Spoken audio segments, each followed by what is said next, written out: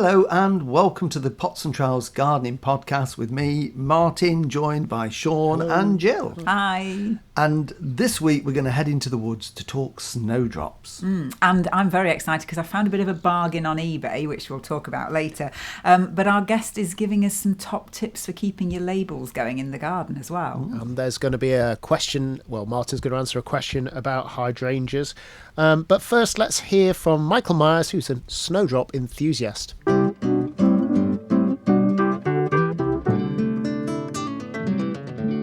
So, Michael, you are a horticulturist, you're a college lecturer, you're a plantsman, and you love snowdrops, which we're going to talk about in a few minutes' time. But just to start with, just tell our listeners how you got into horticulture and how you got to where you are today, you know, a well-known plantsman.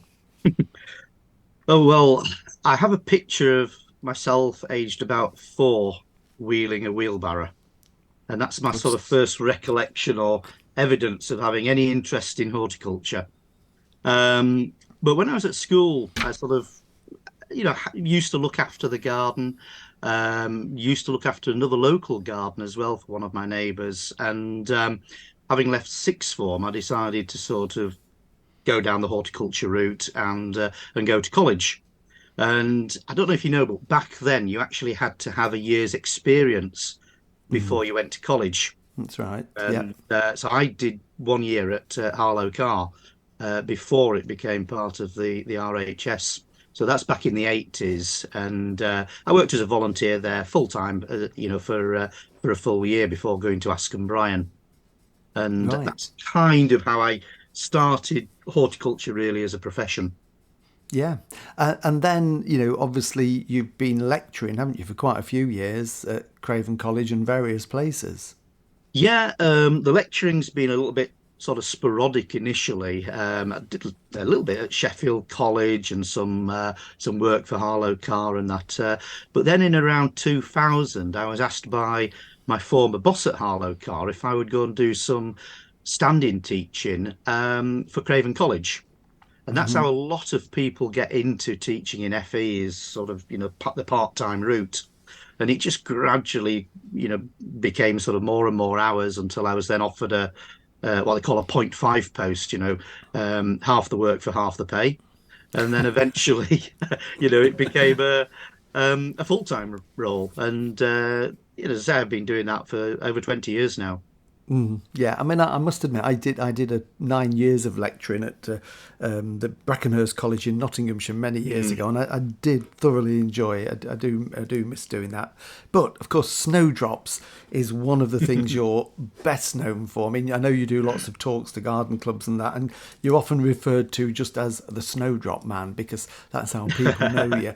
And so, why snowdrops? I mean, you have got, I know, a big collection of them. You have got an amazing knowledge of snowdrops. So you love all plants, I know, but what attracted you to snowdrops?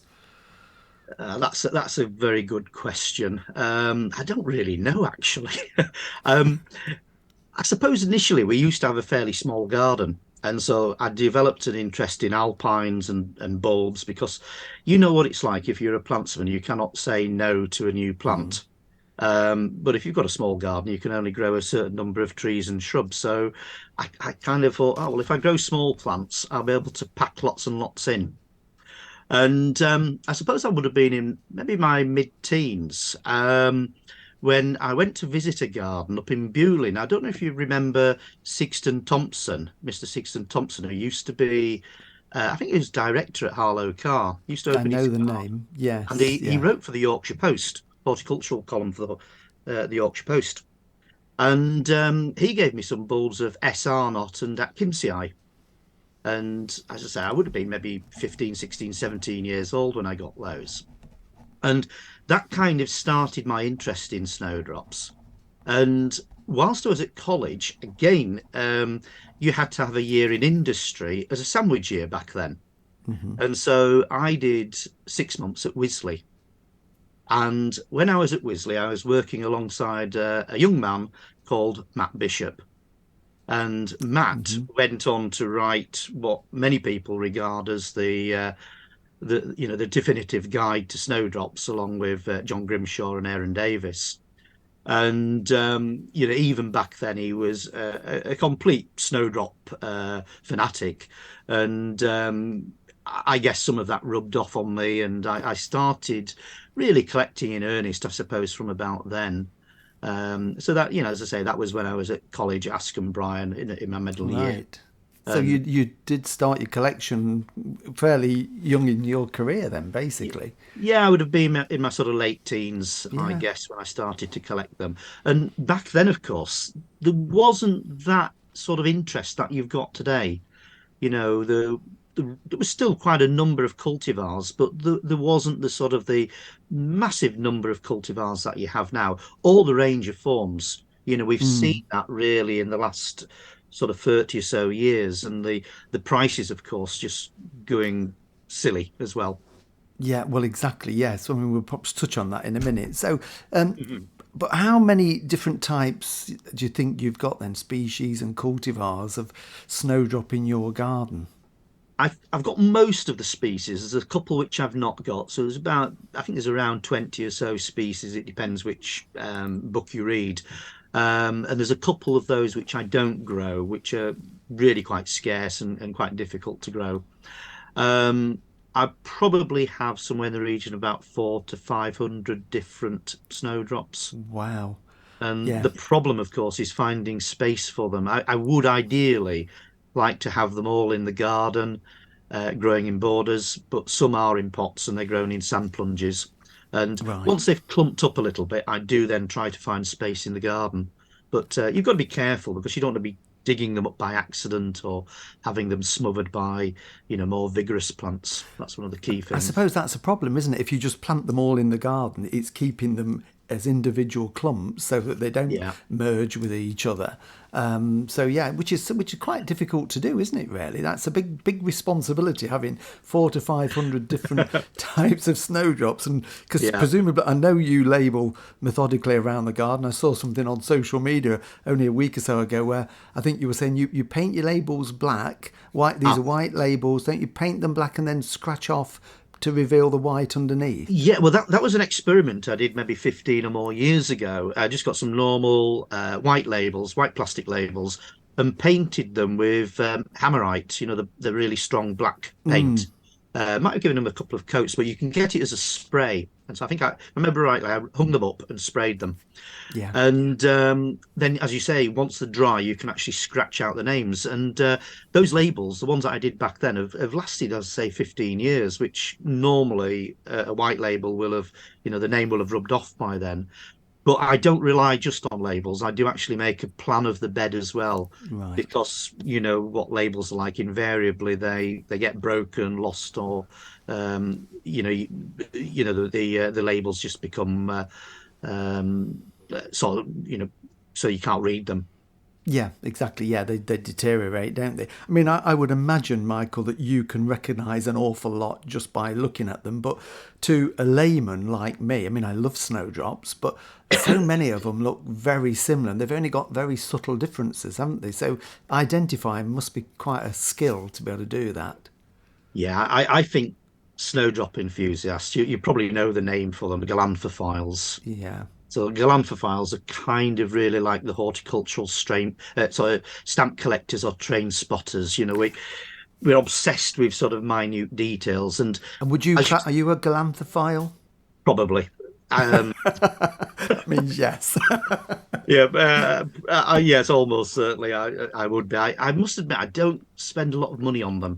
You get to the point where you end up swapping with people, and that's how most of my new plants come in now, just by sort of swapping, because some of the new varieties are just silly money. And to be perfectly honest, I just would rather see if they're good garden plants before I actually obtain them. Yeah.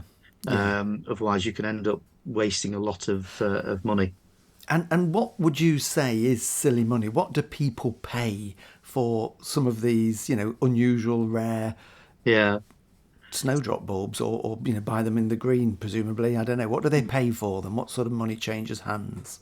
Well, there is a snowdrop called Golden Fleece, which a few years ago fetched nearly £1,400 Wow. for one bulb on eBay. I think last year one sold for about 1,900.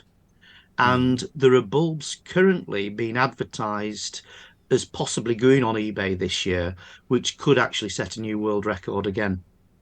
So I really wouldn't be surprised to see the £2,000 barrier broken by a named Snowdrop.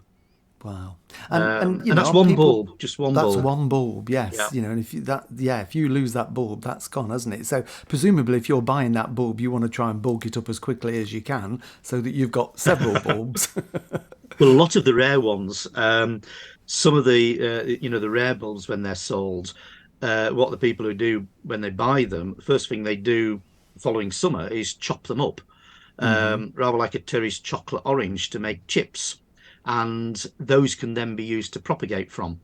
So it's a method that's used for things like daffodils and that as well. So the bulbs in the dormant season, just chopped up into segments, put into a sterile media, and you get little bulbs then forming over the course of the summer. They can be planted out in the autumn, grown on, and you could potentially get a flowering sized bulb in a couple of years. So it's a much quicker way of bulking them up than just by natural division. And when you're doing that, so you're sort of, if you could practice on an onion, couldn't you?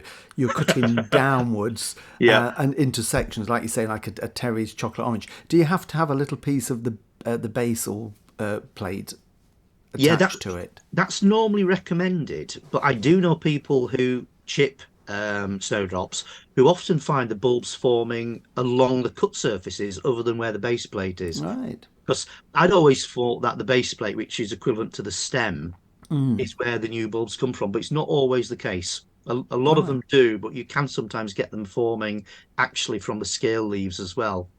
Yeah. Okay. Interesting. But they're normally done, as you say, with a little bit of the base plate at the base of the chip.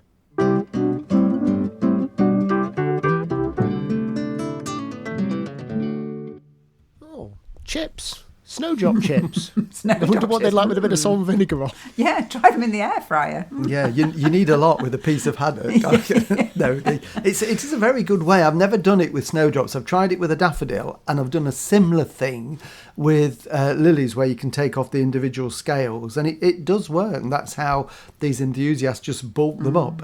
So I might try that, because we've got, not on a snowdrop, we've got a daffodil I'd love to bulk up. So I might have a go at doing that with it. It must take a little bit longer, does it? I mean, I was thinking, because otherwise, why wouldn't you do that with, say, onion sets and just cut them all up and have multiple amounts of onions? You know, does it take a bit longer? It's a very, very good question. I mean, an onion that we eat in the garden is a biennial, so it dies after it's flowered, whereas a daffodil, a snowdrop, is a true perennial bulb that just comes back year after year. But you could do it, in theory, with any bulb if it's got that same sort of structure. So yeah, Particularly if it's costing nearly £2,000 a bulb. exactly, yes. I had no idea there were so many varieties.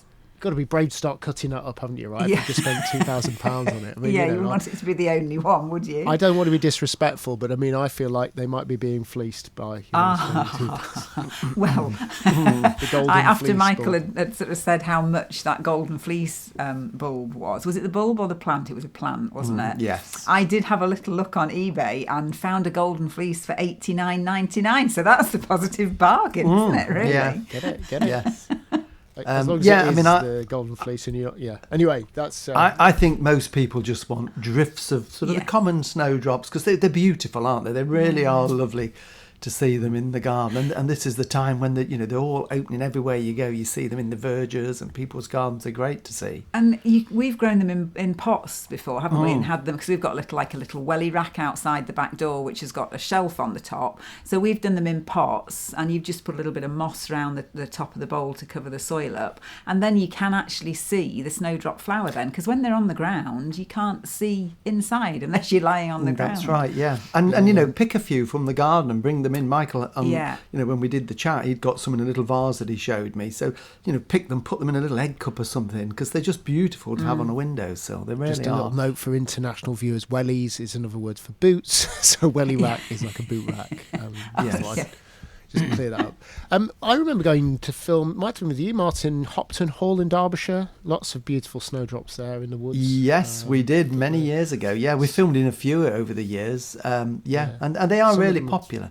places some of them for are people closed to because visit. of flooding at the minute, as I understand. I know that Right. some of the places are struggling a bit for that. But Yeah. no, always worth going to the woods to see some snowdrops. It just lifts your spirit. In fact, one of our early Pots and Trowels videos with Jonathan Mosley, you filmed in the woods in Beaver, I think it was, looking for snowdrops. That's right, yeah, well remembered. Yeah, and I do think we were struggling to actually find snowdrops on that filming. But hey, it's a minor point. It's a minor point. It was a bit early in the season, I think. Yes, we were a little bit early. Yeah, well, we're going to have a chat with Michael about open days in the next part, aren't you? Absolutely, where yes. you can see stuff. Excellent, Yeah. excellent. Yeah. Any jobs we should be getting up to at the moment, Martin? Well, yeah, I mean, a few jobs you can be doing is if you've got a little greenhouse, and soon we're going to be sowing seeds. In fact, I've already started a little bit, but make sure everything is clean and ready to go. So greenhouse cleaned out, your seed trays, your plant pots are nice and clean, and bring your bag of compost indoors. It's just gives it a few days to get a degree or two warmer, so you're not putting seeds into freezing cold compost. So that's something that you can be doing. I'm actually going to be sowing this week my tomatoes, my peppers, and my aubergine seed. So the seed that we've been sent by Kings a couple of weeks ago, I'm going to be sowing those. They will go in a propagator. They do need heat, so they're no good in a cold greenhouse unless you've got a little heated propagator in there as well.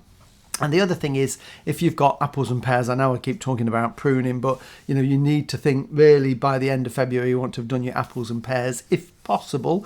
And whether it's a large tree, a small tree, a bush tree, it's time to give it a tidy up, thin it out a little bit. In fact, we did our big tree a couple of weeks ago. Bramley. It's done. It's done, and it's on a Pots and Trowels video from a couple of weeks ago. Yeah. And it was a monster. It really was. It took a day and a half to do, really, but we did it. So you don't have to go to those extremes, but even if you're only taking off a few branches to open up the tree and keep it into shape, now's the perfect time to do it before we get really busy doing other things in the garden. What if you've got a small sapling, a very, very young tree, apple tree? Is there still need to be pruning to be done? I don't know. Can't get my words out right, but I did just remember that last week I said I was going to go and get a winter wash, and I've completely forgotten to do it. So my young sapling, which obviously I'm going to get a winter wash very soon on. Is there any pruning I should be doing with it, or is it does it depend on the tree? Well, there is. If you've got a young apple tree, then we do what we call formative pruning. So we're developing the shape, because very often if you're buying what we call a maiden, which is a 1-year-old apple tree, it's just usually one straight stem, and it might have a few small side shoots on it, which we call feathers. What you normally do is take the top out, and that encourages those side shoots to grow out, because you want a multi-stemmed plant rather than just a vertical stem. So yes, simply just taking the top out of a vertical one will encourage some side shoots, and that starts to form the lovely goblet shape that you're looking for. If you've got a question for Martin, do drop us an email. There's a listener's question coming up shortly, but if you want to drop us an email, info@potsandtrowels.com. That's the place to send your questions. Now let's hear some more from Michael.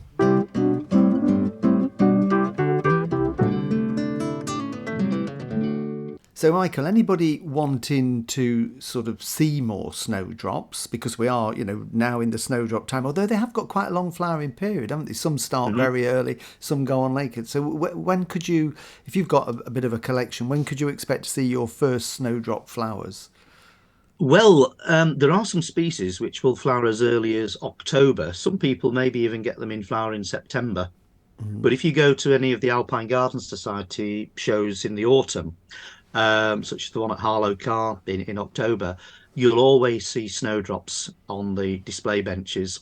Most of them are forms of either Galanthus reginae algae or Galanthus peschmanii, and they're both bona fide autumn flowering species. All right. And then as you go into November and December, you get early flowering cultivars, forms of some of the other species like Galanthus plicatus and Galanthus elwesii.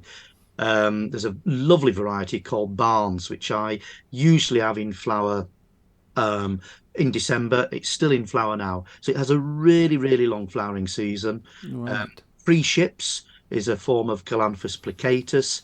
And if you know your Christmas carols, we saw Free Ships come sailing in. That again is a really good snowdrop, which is a reliable Christmas flowerer. So, Right. it's not just February. We have snowdrops in flower now from late September, October, depending on where you are, through to around April. Right. I suppose most people, so you could extend them for a long time, but most people will associate them with sort of February into March, won't they? And this is the time of the year when we see lots of snowdrop days and snowdrop events, and they're getting really, really popular. And people just love to see the snowdrops at those. And I know you get involved in some as well, don't you? Yeah, I do. I'm doing an event up at Cambo in St Andrews in February, and I do quite a few talks on snowdrops to garden clubs and such like. There's quite a few events, as you say. Quite a lot of gardens now open specifically for the snowdrops. York Gate at Adeline Leeds, they've got their sort of snowdrop event coming up in February. And then again, that one of the things they're doing is sort of extending the collection because of the interest in winter gardening, but specifically snowdrops. And if anyone's wanting to know where there are events locally to see snowdrops, there's a lady on social media called Beth Otway who goes under the name Pumpkin Beth, and she's actually provided a really, really comprehensive list of events up and down the country. You can go on her web. The link from Twitter actually takes you through to her website, and you can search the events according to county and date and such like. So it's really, really useful thing.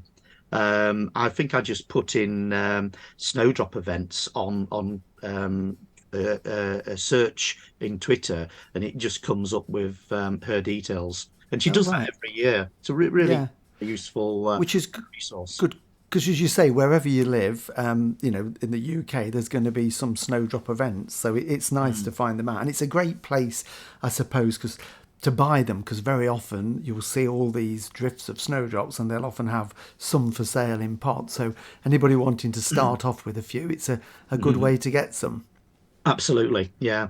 And you don't have to break the bank to start a snowdrop collection. In fact, I'd always recommend buying some of the older, tried and tested varieties first. Don't go for some of the really more expensive varieties, because they can die, can snowdrops. There are a few things that eat them and kill them. Narcissus fly, and there's a nasty disease called stagnospora, which again can sometimes get into collections. And there's nothing more annoying than spending a lot of money on a snowdrop and then finding the following year it doesn't come up. Yeah, no, you would be devastated, wouldn't you? So if anybody wanted to get started, have you got sort of two or three types that are fairly tried and tested? I know everything can succumb to damage and disease, but sort of ones that are a bit more vigorous that will bulk up quickly and make some nice clumps in your garden. Yeah, well, I mean, the snowdrops aren't native to the UK. They were introductions from the continent. So Galanthus nivalis, which is the one which we see in parks and woodlands throughout the country, as I say, is naturalised. And so is the double form Floriplena, but that's sterile. So all the double snowdrops you see are all literally divisions of one another. And both of those are, exceptionally good garden plants and commonly available. Galanthus S. Arnott is a hybrid, and it's a relatively inexpensive cultivar. You might pay sort of £2, £3 for a bulb, but it's a good vigorous one and it's a good large flower. And it's one as well that when you see it massed, particularly if it's grown in a fairly sunny position, you get this wonderful sort of honey fragrance from it as well. All snowdrops probably have some scent, but it's only really on a nice warm sunny day when they fully open out that you can appreciate it. So I always think they're better planted somewhere where they get a little bit of sunshine on them. Yeah, and I've known people actually cut little bunches from the garden and bring them in, and you do get that delicate scent that way as well, don't you? So lovely, lovely little flowers they are. Absolutely. And of course, you were talking earlier about the variation in them. The variation that we now see is far greater than it was when I first started collecting snowdrops. They're so-called yellow snowdrops, but what you see there is that the markings that are normally green are actually yellow. And there are some people who just collect the yellows. Really? Some of them, yeah, absolutely. And in fact, Golden Fleece was a yellow snowdrop, and some of the most expensive ones do have yellow markings. But there are also green snowdrops, which are almost entirely green. The outer petals and the inner ones are almost entirely green. And those, again, are very, very collectible. Um, there's some huge snowdrops. I have one called Rodmartin Regulus, and it's probably about at least twice the size of a normal snowdrop. Some of the snowdrops are really huge flowers, and Mm. I think purists would say that sometimes they're going a little bit away from what snowdrops should look like. It's the more bizarre ones and the sort of unusual ones which are, um, becoming more and more collectible. But Hmm. you could argue they're becoming less and less like snowdrops. Yeah, and I think most people just want to see drifts of white snowdrops underneath their shrubs in the garden, don't they? So yeah, you've given us a few good ones. What about planting, Michael? Are you a fan of planting in the green, or do you buy bulbs in the autumn, or how's the best way to somebody to succeed? Oh, this is a little bit of a debatable topic, actually, because one thing I think most snowdrop enthusiasts would agree with is don't buy the pre-packs in the garden centres. Snowdrops don't like being dried out, and so they very rarely establish well. However, a lot of enthusiasts now do buy dormant bulbs in the summer. Mm. And the reason for that is that you're not checking the growth through damaging the roots when you lift them. So, providing you can find a supplier who lifts them and sends them straight away, usually in early summer, so it can be sort of around June time, then that is actually now, for a lot of people, the preferred way of obtaining them. Okay. I actually still like doing them in the green, and quite a lot of people still sell them in the green. So that means that you lift them and divide them when they're in full growth. So that can be any time from sort of after Christmas through to after they've finished flowering and they're starting to die back. But you've got to be careful not to damage the roots. So when you're Mm. teasing them apart, don't damage them because they only make one set of roots a year. And so you will check their growth. Be careful not to let the roots dry out or get frosted as well.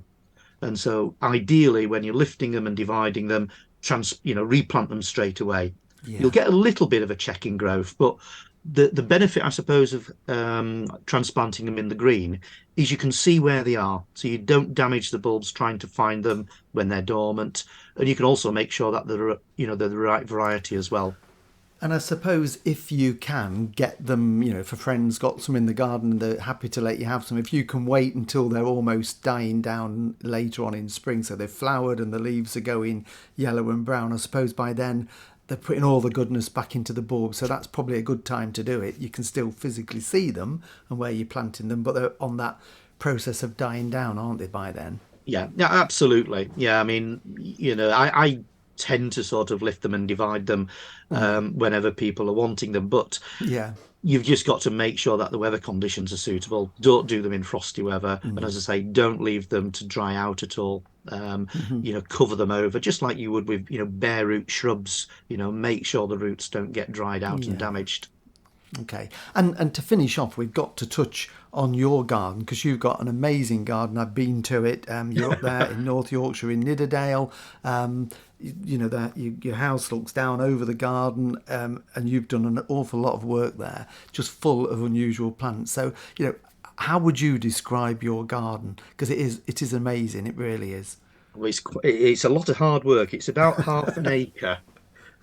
Two-thirds of it at the front of the house, and there's a third at the back, which is more of a sort of like a work area, really. But it's very much a sort of plant enthusiast's garden. You know the problem. If you buy a new plant, you've got to wait for something to die to have a gap to put Yeah. it in. That's the sort of problem I tend to have, particularly with larger plants like shrubs. And so again, it's quite nice to have bulbs, not just snowdrops, but trilliums, crocuses, colchicums, lots and lots of bulbs underplanting, intermingling with the other plants. Um, Yeah. it is very much a sort of garden really for all seasons, and I think actually I would say the worst time to visit is actually in the summer There's quite a lot of autumn colour from autumn leaf colour from the trees and shrubs, and then bulbs, and then obviously through the winter, which is one of my particular interests, with witch hazels, hellebores, loads and loads of hellebores in the garden, winter aconite, cyclamen, and of course the snowdrops. And then as we go into the spring, there's then a gradual succession of different bulbs with things like trilliums, erythroniums, and such like. And as I say, I suppose it gets a little bit boring in the summer because I can go and visit other gardens then. Well, yeah, but you say that, Michael. At the time I came was in the summer, but with a group of people, and they were all blown away because it's just so well laid out. You know, you've got lots of levels because you're on a slope. You've got water in there. You've got some really unusual plants. Lots of good stonework because you're very handy at the stonework as well. So don't undersell it in the summer. It's still an amazing garden. So I'm going to have to come one day in the spring, aren't I, and see it, or the autumn, and see it at different times. Yeah, March, April's quite a nice time to sort of see the bulbs. Obviously, the snowdrops in February. And that, and I do open occasionally. We have, as you know, garden clubs and that around, but it's half an acre, and I probably have about a day a week in the garden on average. So as you go into the summer, the problem there, of course, is keeping up with the weeds. Yeah. The beauty of winter gardens, of course, is that most of the weeds are hidden away and underground. You can't see them. Yeah. No, well, it is an amazing garden. If anybody ever gets the chance to see it, then please do go. Michael, thank you very much for taking the time to have a chat to me and giving us a bit more info about snowdrops. And hopefully people will go out, in the next month or so and see snowdrops growing in the wild in people's gardens. Yeah, well, there's some very good snowdrop growers in Lincolnshire. So I don't know if you've found any of them yet, but there's some good gardens down there and some real enthusiasts as well. So excellent. Thank you, Michael. You're welcome.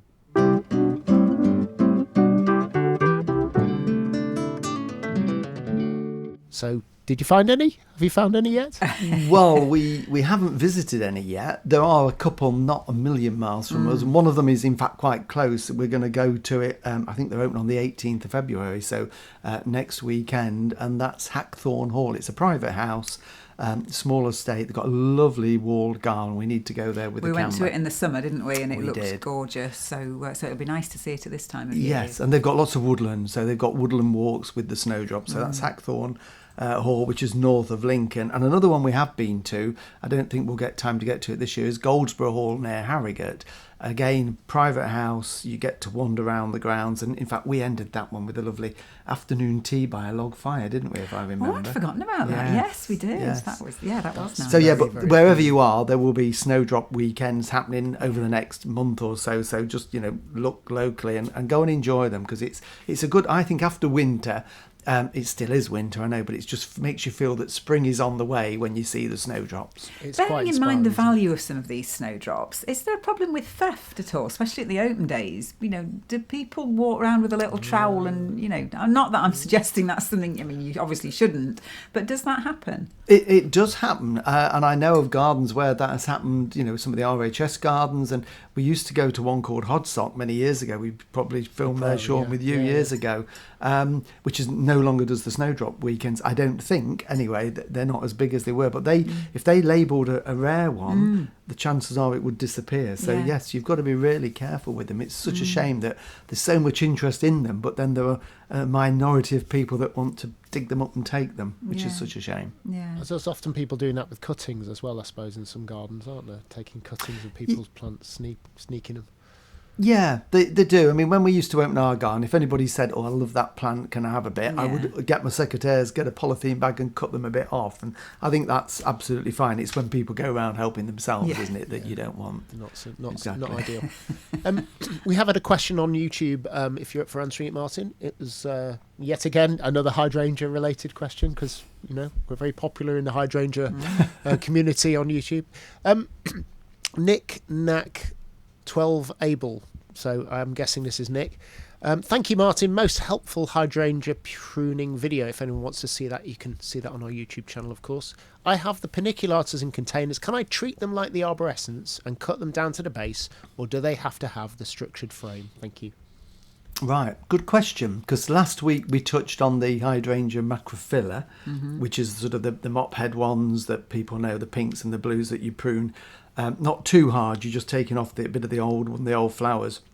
You mentioned here paniculata and arborescens. They're a different type. People might have heard of one called Annabelle, which produces big white heads in July and August. And with both of those, they flower on new wood, so you can cut them back really hard in March time, or even this time of the year, you'd be fine to do it. With Annabelle, you can cut them down to ground level, and that's exactly how I treat mine. Within an inch or so of ground level, everything is cut down, it regenerates, makes strong new growth, and it's on that new growth that you get your flowers later on in the summer.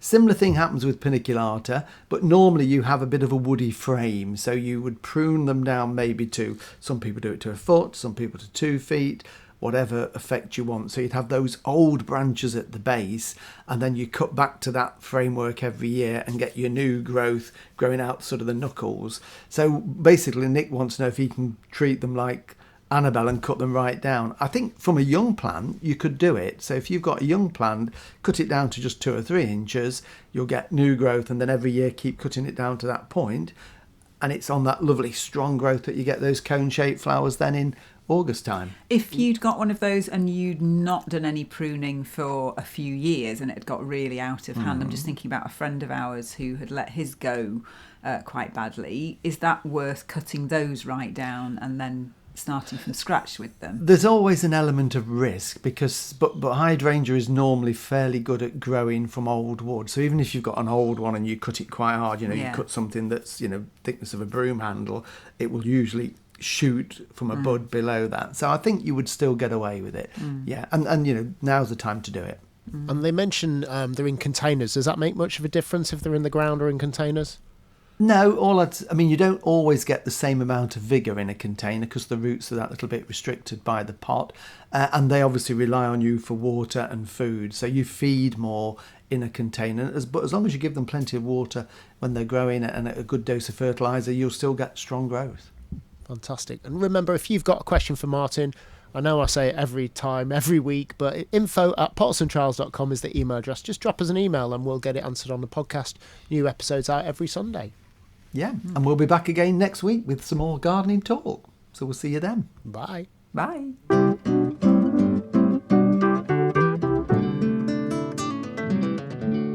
Watch the videos on YouTube or Facebook, follow us on Instagram, Twitter or X, and subscribe to the podcast and never miss a thing. For more information, go to potsandtrowels.com.